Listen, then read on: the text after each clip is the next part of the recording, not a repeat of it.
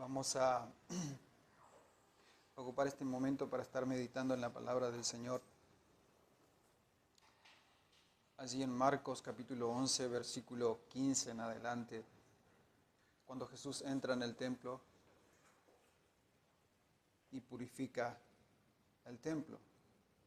Como dice allí el título, ¿verdad? Purificación del templo.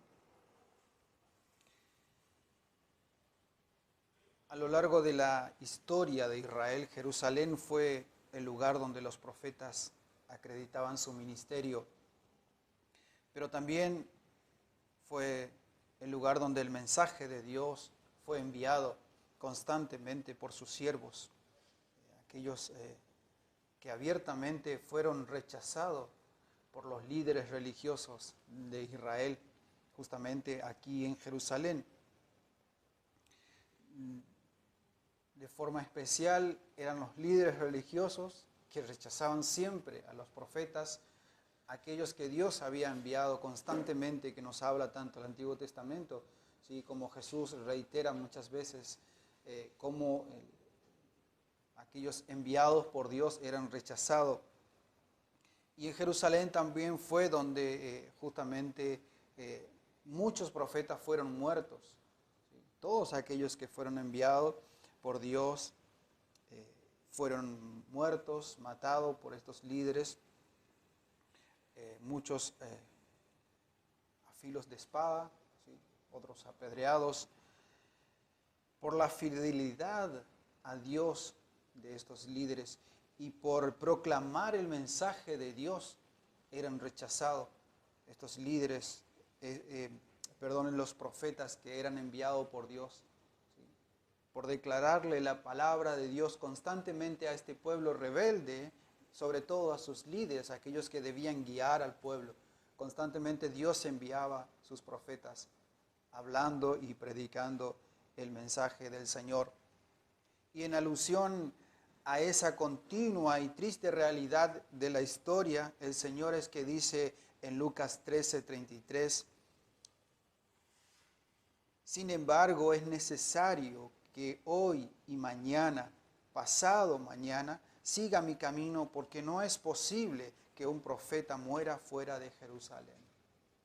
Jesús sabía que tenía que morir en Jerusalén porque ese era el lugar donde mataban a los profetas de Dios. Hemos visto la otra vez cuando Jesús iba entrando a Jerusalén, donde Jesús se lamenta por esta ciudad, donde Jesús llora, se lamenta de la realidad espiritual que se encontraba en ese lugar, una ciudad muerta espiritualmente por causa de los líderes, no porque les faltara palabra de Dios, sino porque ellos habían cerrado su corazón a la palabra de Dios justamente.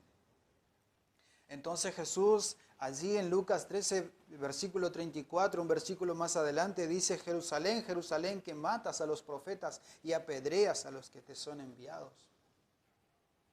Y por esta causa es que el Señor Jesús va a esta fiesta de la Pascua, a la ciudad días previos justamente a esta fiesta de Pascua, donde se juntaban judíos de todas las regiones, de todo lado, venían de todos lados a esta fiesta, e inclusive gentiles que practicaban, ¿sí?, aquellas fiestas judías. Y es allí donde el Señor viene a esta fiesta, que nos habla allí en Marcos capítulo 11, versículo 15 en adelante, que damos lectura. Vinieron pues a Jerusalén y entraron Jesús en el templo, y entrando Jesús en el templo comenzó a echar fuera a los que vendían y compraban en el templo, y volcó las mesas de los cambistas y las sillas de los que vendían palomas.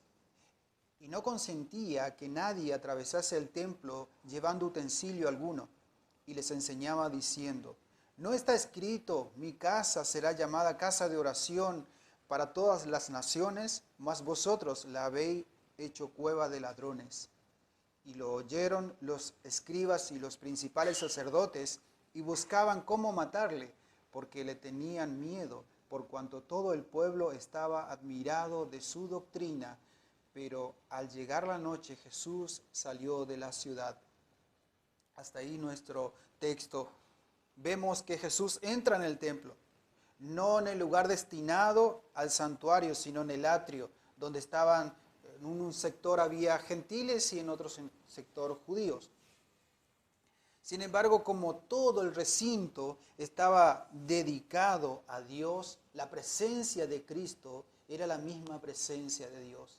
Imagínense, por años, por siglos, cientos de años, el templo era el lugar donde la presencia de Dios, la gloria de Dios descendía, en ese lugar santísimo, pero ahora, en este momento, le tenían al mismo Dios encarnado allí en ese mismo momento. Por lo tanto, todo el lugar del templo pertenecía a Jesús. Jesús tenía la autoridad.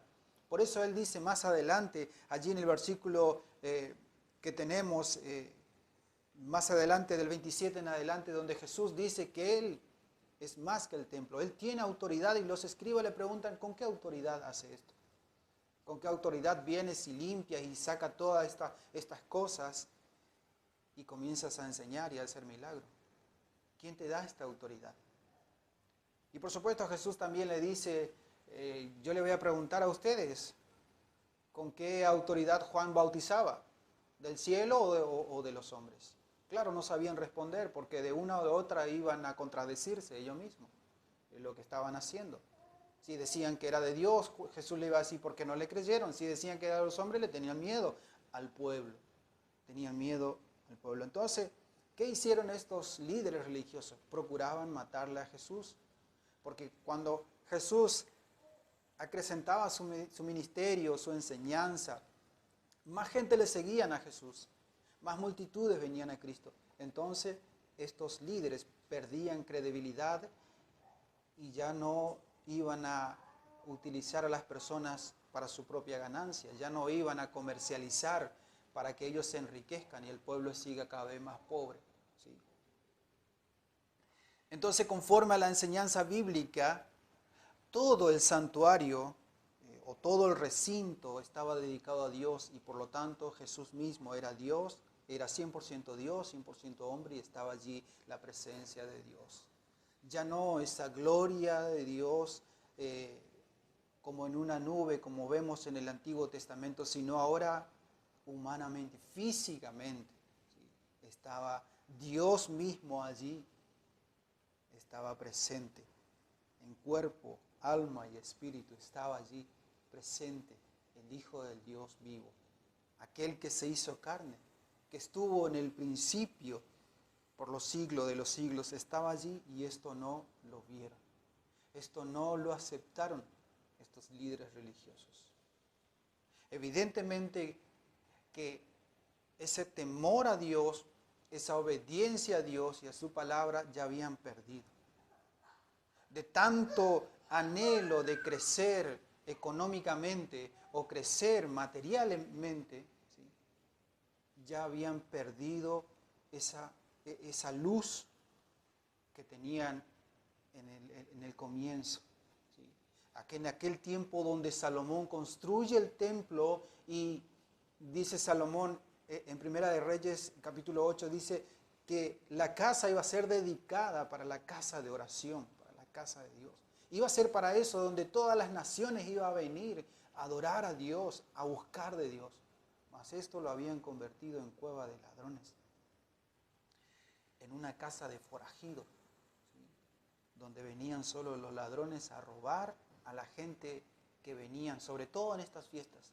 Aprovechaban cada fiesta para juntarse allí en el templo y hacer un lugar de comercio, un mercado, donde todos podían pasear, ir y venir, pasar por el santuario y atravesar esos lugares y comercializar con la gente que vendían allí palomas, animales para el sacrificio, como cordero o cualquier otra cosa, o hacían cambio de monedas para pagar el impuesto al templo, aquella gente que venían, que tenían que pagar anualmente el impuesto al templo, todo aquel que venía a Jerusalén.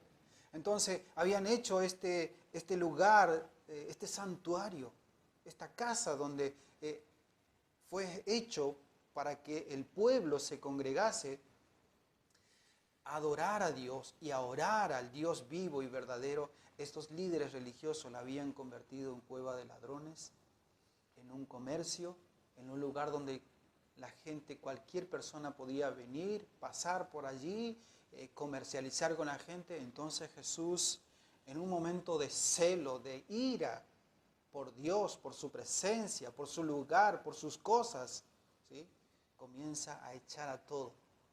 Imagínese de pronto rodando esas monedas por el patio allí, o esas palomas volando en libertad porque las jaulas eran abiertas. Esas personas que estaban lo más cómodos allí, cruzados de brazos sentados, ¿sí?, o cruzados de piernas, esperando que la gente viniese a comprarle los animales para el sacrificio o cambiase moneda, y de pronto entra Jesús. Ya habíamos visto anteriormente que la primera vez que Jesús había entrado en el templo, como era tarde, solo entró y vio todo el movimiento que había allí y dijo, no, todavía no es el momento. Va a Betania, donde estaba Lázaro, María y Marta, y al otro día viene y hace esto. ¿Sí? Y comienza a limpiar, comienza a echar a todo, y no dejaba que nadie pase por el lugar santo, porque era un lugar santo. Estos líderes religiosos y todos los que comerciaban ahí, los cambistas, como dice la palabra, y los que vendían palomas, ¿sí?, iban y venían y comerciaban con la gente más pobre, con la gente humilde, con aquellos que piadosamente querían agradar a Dios, que de buena voluntad querían hacer las cosas bien, pero el corazón de estos líderes, de estos que estaban allí vendiendo estas cosas, ya no había piedad en ellos, ya no había temor en ellos. Entonces se aprovechaban de la ignorancia de la gente y comenzaban, si la gente que venían, los que venían al templo a adorar, si traían animales de otro lado, ellos tenían que examinarlo, a ver si el animal era correcto o no. Y si no era correcto, rechazaban ese animal y sí o sí tenían que comprar un animal de ahí del templo. Por eso la gente no compraban de otro lado, sino venían directamente en el tiempo de fiesta de Pascua y compraban allí. Claro, era todo un negocio, ¿sí? Entonces, es obvio que Jesús, en un acto de ira, comienza a limpiar todo. ¿Cómo nosotros estamos actuando ante tanta hipocresía, tanta gente, personas, líderes que engañan a las personas? Que lo único que hacen es aprovecharse de esas personas. Líderes religiosos hoy en día. Ninguna cosa debía hacerse en el templo que no estuviese establecido por Dios mismo. Nada podían hacer ellos que no fuera por Dios. La única orden que Dios le había dado es que se hiciese el sacrificio, que se manteniese el templo y que estuviese abierto para todo aquel que venía a adorarle o a traer un animal en sacrificio por sus pecados. Y Dios había establecido los que debían de hacer eso. Cada tanto se cambiaba un sacerdote para el sacrificio, pero no eran ellos los que se cambiaban para el sacrificio, no eran los que manejaban esto, sino eran los más líderes, los más poderosos, por decir así, los jefes de todos, aquellos que manejaban todo este negocio. Nada que procediese de los hombres y de los pensamientos de ellos tenía cabida o debía de tener cabida en el templo del Señor o en el servicio que se realizaba en él. Pero sin embargo, a lo largo de los años se habían establecido un sistema de alto interés económico en aquel lugar, alrededor del servicio, del santuario de Dios. Y uno de ellos era justamente el negocio que vemos aquí en Marcos 11, del 15 en adelante, donde Marcos nos expone lo que estaba sucediendo allí en ese lugar. Tanto Marcos como Mateo, Lucas y Juan, que nos habla justamente estos 4 evangelios. Por algo los 4 evangelios nos habla justamente de esto, de la purificación del templo. Ahora, como dijimos, los que se beneficiaban de esto, los que más se beneficiaron eran los líderes religiosos, sus familias o algún amigo que tenían. Y esto había convertido el santuario en un verdadero mercado, con unas dimensiones muy grandes, especialmente de favores. Ya no era la casa de Dios, sino un verdadero mercado. Por esa razón es que Jesús entra y comenzó a expulsar a todos los que traficaban y comerciaban en el recinto del santuario. Aquel mercado estaba profanando el templo. Por tanto, Jesús limpió el recinto sagrado, echando fuera a todos los que comerciaban en ese lugar. Expulsó el Señor a todo lo que vendían y compraban en ese lugar. Él no hizo acepción de personas, sino tanto a los que vendían como a los que compraban, a todo lo expulsó. Y no quería que nadie pase por ese lugar santo. Y porque justamente estos judíos también hacían acepción de personas. Ellos hacían acepción de personas. Le tenían a un lado a los gentiles, no querían que se junten con ellos. En el templo había ese lugar donde estaba para los gentiles y donde estaba para los judíos. Y estos judíos no querían que los otros se acercaran. Solo tenían que traer algo, si no, no tenían entrada. Si no traían, como diría hoy, ¿no? A la iglesia tenés que ir con tu Biblia y tu billetera, ¿sí? Dios no quiere tu billetera. Dios quiere un corazón rendido, que le adore, que le ame, que te arrepientas de tus pecados y que le sirvas a Él de todo corazón. No quiere nuestro dinero. Si nosotros le damos a Él generosamente, deben hacer de nosotros, porque Él pone en nosotros. Pero Él no necesita esas cosas. Él no necesita nada de nosotros. Si nosotros no estamos o no le buscamos a Él no se le cae nada, a Él no se le pierde nada. Somos nosotros los que perdemos. Entonces, estos líderes, si la gente no venía con un presente o con algo, no le aceptaban. Y hacían acepción de personas. Pero Jesús no hizo eso. A todo lo expulsó. No quería que nadie entrase a ese lugar. Que se había convertido en una avenida, ¿sí?, de ida y vuelta de las personas que llevaban y traían cosas. Y no había temor a Dios en ese lugar santo, que había sido construido justamente para la adoración y para la oración del pueblo. El cuadro que vemos de un Jesús así no es agradable para aquellas almas sensibles que piensan que Jesús es un dulce Jesús, un amoroso Jesús, que no se enoja, que podemos pecar hoy todos los días. En total voy a la presencia de Dios y me arrepiento y Él me perdona porque ya dio su vida por mí. No es así. Este acto de Jesús aquí nos muestra también que es indigna de aquellos que cometen pecado. Que Él no tendrá por inocente al culpable o al pecador. Que si no se arrepiente de todo corazón y renuncia a esa vida de pecado, ya no practica el pecado, Dios es fiel y justo para perdonarlo. La indignación santa y terrible es lo que hace este acto, que Jesús comience a limpiar este lugar. Como dice el Salmo 69:9, me consumió el celo de tu casa. Romanos 15:3 también dice esto, me consumió el celo de tu casa. Vemos allí en el versículo 16 de Marcos 11, y no consentía que nadie atravesase el templo llevando utensilio alguno. Seguido a la acción de limpieza del Señor en el templo, Él prohibió a todo que entrase en ese lugar. No quiso que nadie transportara objeto alguno por ese lugar, por el santuario. Habían reducido estos líderes en un camino que cualquiera podía entrar y salir de ese lugar sagrado.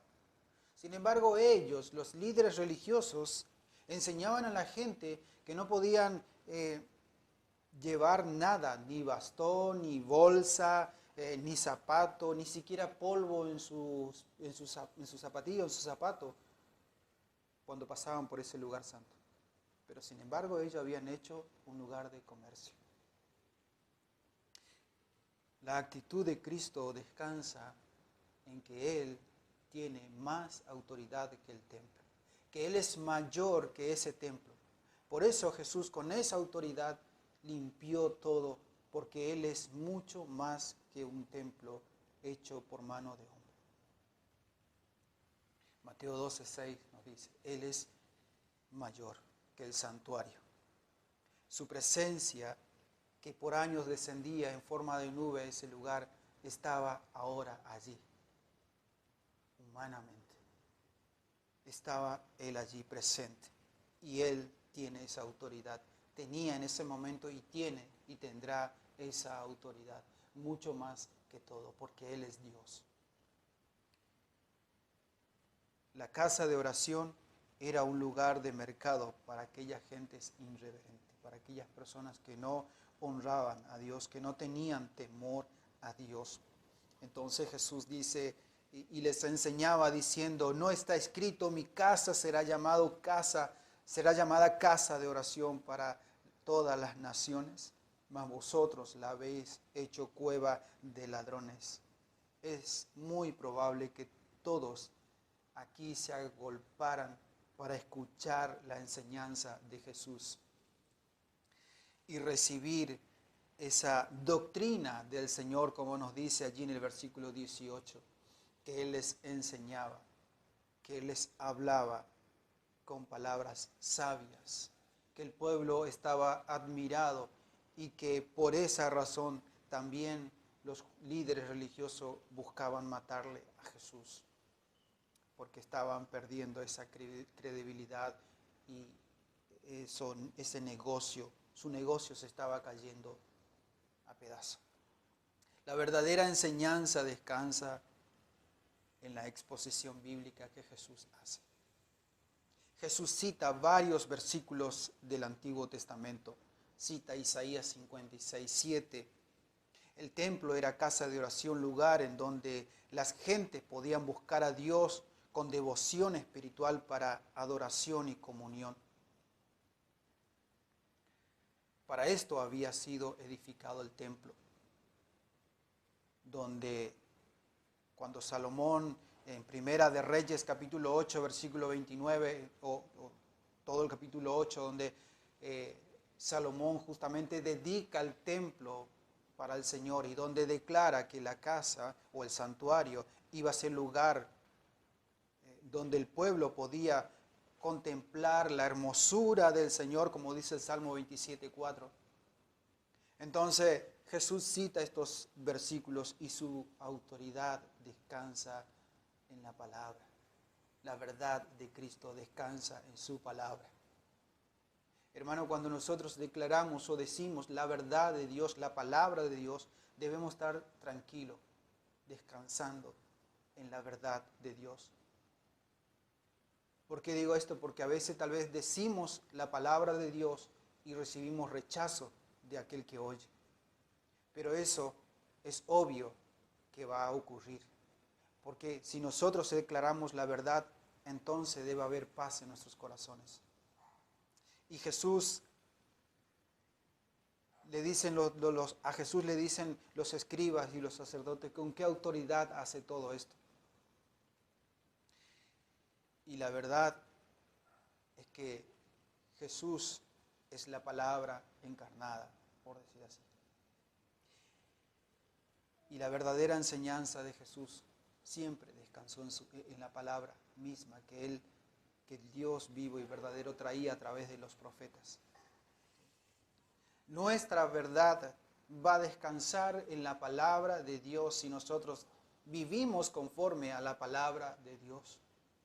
No vamos a andar con temor ni con miedo a declarar el pecado, a decir lo que está mal,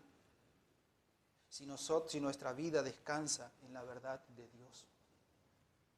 Vamos a tener esa autoridad por parte de la palabra de Dios, porque nosotros mismos vamos a ser testimonio de que la verdad de Dios está en nosotros. Ahora, si la verdad de Dios no está en nosotros, vamos a ser igual que estos líderes hipócritas que decían a las personas que hicieran tal cosa, sin embargo ellos no lo hacían. Estaba la acción de los hombres que habían convertido en cueva de ladrones. La casa era una casa de oración. El lugar donde se reunían, que Dios había permitido que construyesen, ¿sí? O que en este caso Salomón construyese, era justamente para que la presencia de Dios, la gloria de Dios descendiera y que el pueblo pudiera ir a estar allí y recibir esa presencia de Dios o recibir esa enseñanza de Dios, la palabra de Dios. Pero estos líderes la habían hecho convertido en cueva de ladrones. ¿Cuántos lugares vemos hoy, hermanos, que el Señor le permite edificar, le permite construir, quizás lugares lujosos, esplendores, ¿sí? con muchos detalles bonitos, que el Señor les permite construir, porque Dios permite las cosas, ¿sí? Pero el propósito para el cual supuestamente es para que el pueblo pueda ir o las personas puedan ir a adorar a Dios y a orar al Dios vivo y verdadero. Pero sin embargo aquellos que construyen tienen otra cosa en su corazón. Tienen otra mentalidad o otro pensamiento. Se comienzan a aprovechar de la gente. Y esos lugares se convierten en cueva de Satanás. En guarida de forajidos que lo único que hacen es robar a las personas. Mentir, engañar, usando la palabra como ganancia deshonesta. Usando la verdad de Dios para engañar a las personas. Entonces, no está Jesús y no está la gloria de Dios en esos lugares. Como vemos en Ezequiel, cuando la gloria de Dios se comenzó a alejar del templo. Ya no estaba allí. De manera que el Señor actuó no solo por la profanación que habían hecho en el templo estos líderes, sino también en defensa de la injusticia a que se veían sometidas las personas y los peregrinos que venían a ese lugar por la práctica comerciales abusivas. Los principales responsables eran fundamentalmente los sacerdotes. Ellos debían de cuidar el lugar santo. Ellos debían de mantener el orden en ese lugar santo. Ellos debían dedicar ese lugar para Dios y que las personas vengan a adorar y a orar a Dios. No que vengan a comercializar o a vender. Imagínense aquí adentro, de pronto estamos reunidos y uno se levanta a vender un producto de librito de Avon, otro se levanta a decir, che, tengo una casa para... No. Imagínense eso, ¿no? ¿En qué se convertiría? En un mercado, no en la casa de Dios. Entonces, Jesús en un acto de ira comienza a limpiar todo esto. Para Jesús, en ese momento, la casa de oración era literalmente, como dijimos, una guarida de forajidos, donde se reunían todos los forajidos. No sé si usted vio esas películas de vaqueros donde se reúnen los forajidos a pelear, a tomar, ¿sí? A estar con mujeres, ¿sí? Cuántas otras cosas que podemos ver en eso. En este lugar, la casa del Señor era una guarida de forajidos. Tristemente esto vemos en muchos lugares. Además, imagínese el grito de aquellos vendedores, ¿sí? Que comenzaban a gritar, vendiendo palomas, vendiendo animales, ¿sí? Imagínese de pronto estar en un recinto donde se dedica al Señor, ese lugar, y en el fondo se empieza, y acá adelante hay personas orando, clamando al Señor, y en el fondo se comienza a escuchar gritos, golosina, empanada, comida, pasteles, no sé, cualquier cosa. No sería una casa de oración. Eso que está ocurriendo en el fondo interrumpe a lo que se está haciendo aquí adelante. Y esto Jesús, a estas cosas que se hacían, a Jesús le indignó. Se enfureció, se enojó y comenzó a limpiar. ¿Cómo actuamos nosotros ante las cosas de Dios? ¿Cómo estamos administrando, como buenos administradores, las cosas de Dios? El lugar que es dedicado para el Señor. Nuestra vida, la iglesia, hoy es el templo de Dios. Ya no es un edificio hecho de mano de hombre.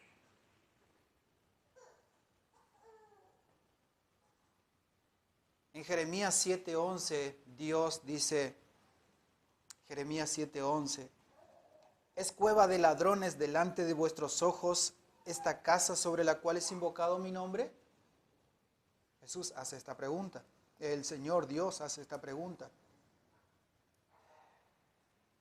Y Dios dice allí mismo, he aquí también yo lo veo, dice Jehová. La situación de los tiempos de Jeremías se repetía también en aquellos días. El templo se había convertido en cueva de ladrones. Muchos habían comercializado en la casa del Señor. Muchas veces la práctica de la religión llega a ser nada más que un medio para lo que realmente le interesa a la gente y no lo que a Dios le interesa. Es más, el que comparte la palabra muchas veces solo lo hace para agradar a las personas. Trae mensajes que seducen a las personas y dicen aquellas cosas que a la gente le gusta escuchar, pero no predican el Evangelio de Jesucristo. No hablan de Dios, del arrepentimiento, de que Dios, aparte de ser un Dios bueno, amoroso, misericordioso, también es un Dios justo, santo, y que, como dijimos, no tendrá por inocente al culpable o al pecador. La conveniencia, la promoción social, las ganancias monetarias, etcétera, y cuantas otras cosas, solo está presente en esos lugares, pero no está presente el Señor. Cuando esto ocurre, nada queda de la devoción a Dios, nada de esa devoción genuina de la casa de oración. Y esa casa llega a ser una fuente de ganancias personales. ¿Qué motivó a Jesús la limpieza de este lugar? Puede ser que a Jesús le haya motivado este acto que hizo, o que más le molestó, era todo aquellos que traficaban, comerciando con aquellas personas que venían a adorar al Señor, que venían a buscar a Dios, beneficiándose ellos de la piedad de los creyentes o de aquellas personas que venían. Trató de devolver a la casa o a la casa de Dios la santidad, protestando contra el tráfico de comercio, exigiendo que fuera casa de oración, no casa de contrataciones y cuevas de ladrones. El templo, lugar de intercesión y del perdón, como ya hemos dicho en Primera de Reyes capítulo 8, que para eso fue dedicado. Un lugar de intercesión y del perdón. Cuando las personas buscaban el perdón de Dios, venían a ese lugar. En vez de casa de oración para todo el pueblo, como hemos visto también en Isaías 56:7, había pasado a ser lugar de la diferencia, exclusivismo, ¿sí? Un grupo por un lado, otro grupo por el otro lado. No había unidad en ese lugar. Pero Jesús comienza a limpiar contra el exclusivismo religioso de los judíos y comienza a declarar que esa casa, ¿sí?, iba a ser para todas las naciones, para todo el mundo, hablando de Él mismo. Recordemos que Jesús dijo que destruyeran este templo y en 3 días lo construirías. Hablaba de Él, de su persona, porque Él es el templo. Él es la iglesia y nosotros estamos en Él. Somos miembros de su cuerpo, de su iglesia. Entonces Jesús estaba abriendo el templo o la casa de oración a todos, a todas las naciones, a todo el mundo. Pudo haber sido eso que llevó a Jesús esto. Aparte de ver cómo habían profanado el lugar santo de Dios. Y también un acto de autoridad declarando abolido el orden que se había hecho de los sacrificios y la anulación de lo antiguo, instaurando lo nuevo, quitando lo viejo y poniendo lo nuevo. Su autoridad es mayor que la del templo, como hemos visto, Mateo 12:6. El nuevo templo no será de piedra, sino una humanidad en libertad y santidad. Él hablaba del templo de su cuerpo, Juan 2:21. La humanidad de Jesús es ese templo nuevo. De ahí en adelante, el culto a Dios no será mediante sacrificios muertos, ni siquiera mediante el esfuerzo de los hombres o de las personas vivas, sino por adhesión al Espíritu y a la verdad que el propio Padre nos ha dado y que ha puesto en nuestros corazones, su Espíritu Santo, para que seamos su iglesia, para que seamos el templo vivo de Dios. Ya no tendrá que venir un hombre a construirnos o a hacernos el templo de Dios, sino que el mismo Espíritu de Dios hace en nosotros esa obra. Y el que comenzó en nosotros esa obra la va perfeccionando cada día para que su iglesia sea realmente el templo de Dios, donde la presencia, la gloria de Dios descienda y no se convierta en un comercio ese lugar, sino que se convierta en un lugar consagrado, santificado para el Dios vivo y verdadero. Zacarías 14:21 dice: y no habrá más en aquellos días mercader en la casa del Señor. Jesús había venido a realizar la obra de redención y transformación. Quitar todo eso, que era tipo y sombra de lo que iba a venir.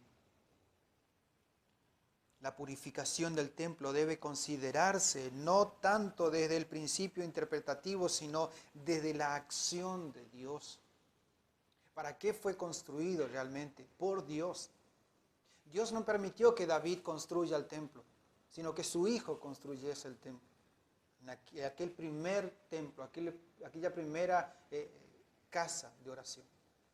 Porque las manos de David estaban manchadas de sangre, porque había matado mucha gente. Dios no permite que esas manos construya el templo, sino que haya dado gracia en la vida de Salomón y él había construido el templo del Señor. Dios le dice: sí, está bien, David, haré eso que tú tienes en tu corazón, de construir una casa para mí, porque David sentía ese deseo. Decía: yo tengo casa, todos tenemos casa, ¿y la casa de Dios dónde está?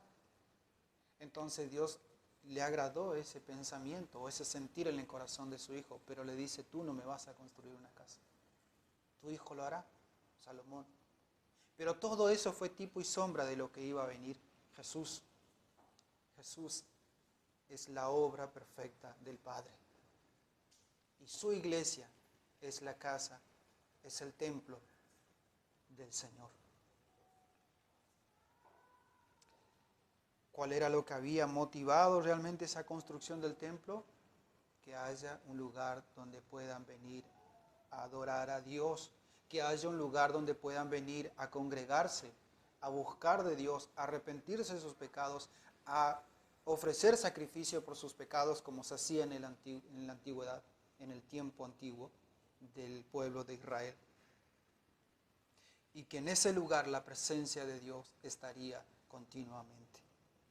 Ese era el motivo, el propósito por el cual fue construido este lugar, o este santuario, como ese elemento santificador de aquel lugar.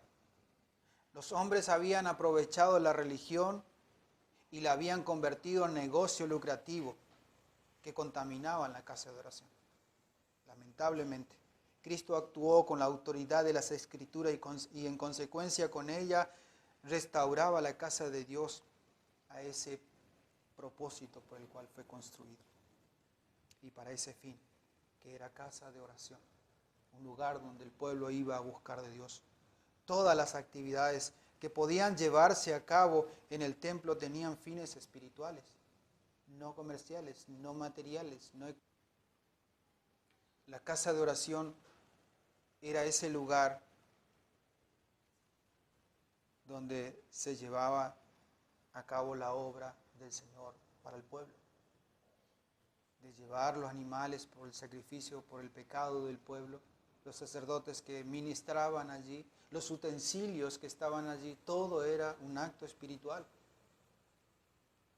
Pero estos líderes se lucraban de eso, comerciaban con esas cosas. La casa de oración era y es el lugar menos apropiado para llevar a cabo una empresa. Una empresa comercial y además fraudulenta como ocurría acá. Jesús lo limpió. El testamento religioso se sintió amenazado de estos líderes, estos religiosos. Se sintió amenazado, entonces procuraron matarle a Jesús. Buscaron cómo y en qué momento poder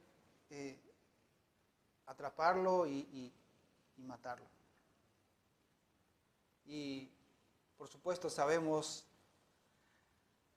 en la palabra de Dios que había un hombre que también le gustaba la riqueza y que iba a traicionar al Hijo de Dios.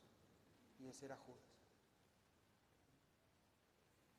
Y que en algún momento estos líderes religiosos se iban a encontrar con eso, con ese hombre que traicionaría a Jesús por unas simples monedas.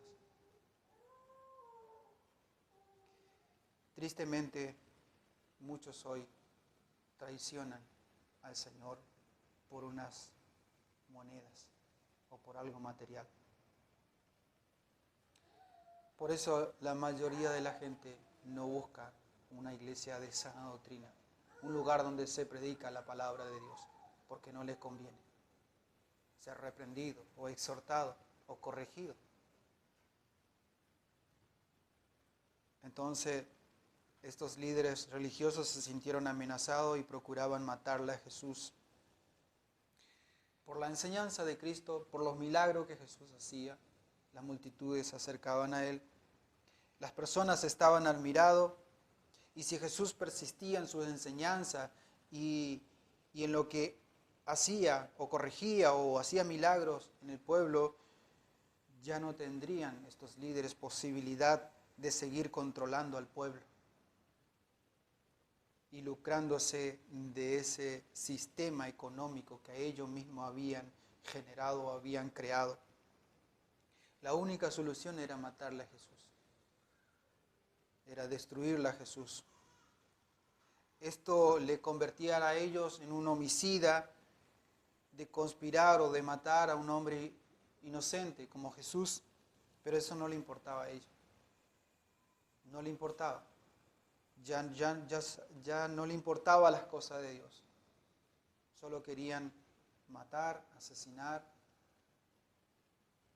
Y es lo que el diablo ha venido a hacer. A matar, a hurtar y a destruir. A quitar todo aquello que pertenece a Dios. Y muchas veces usa personas para hacer ese acto o ese trabajo. La orientación espiritual que contenía justamente un desafío personal que Jesús enseñaba constantemente.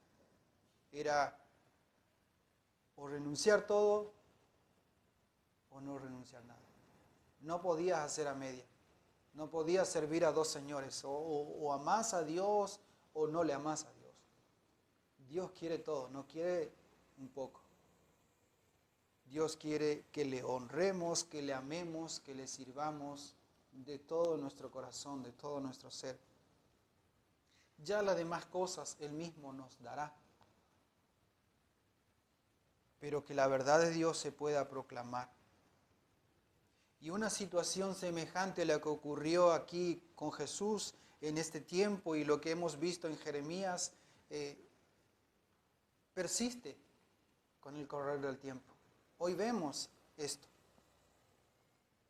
Alcanza a los que hoy es el templo espiritual, cada uno de los creyentes y la iglesia como conjunto de ellos. Ese templo espiritual, todos somos moradas de Dios en espíritu.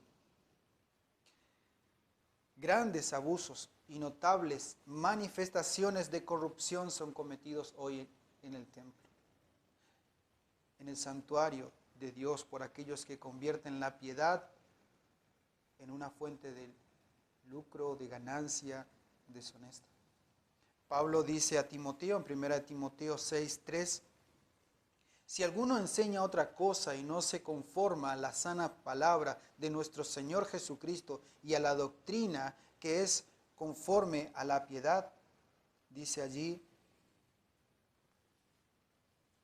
está envanecido, nada sabe y delira acerca de cuestiones y contiendas de palabras, de las cuales nacen envidia, pleito, blasfemia, malas sospechas, disputas necias, de hombres corruptos, de entendimiento y privados de la verdad, que toman la piedad como fuente de ganancia.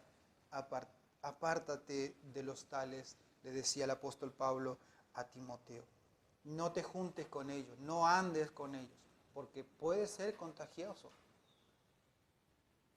Casi siempre se identifican a estos de quienes habla el apóstol, pero que están en la iglesia lucrándose, haciéndose ricos a costilla de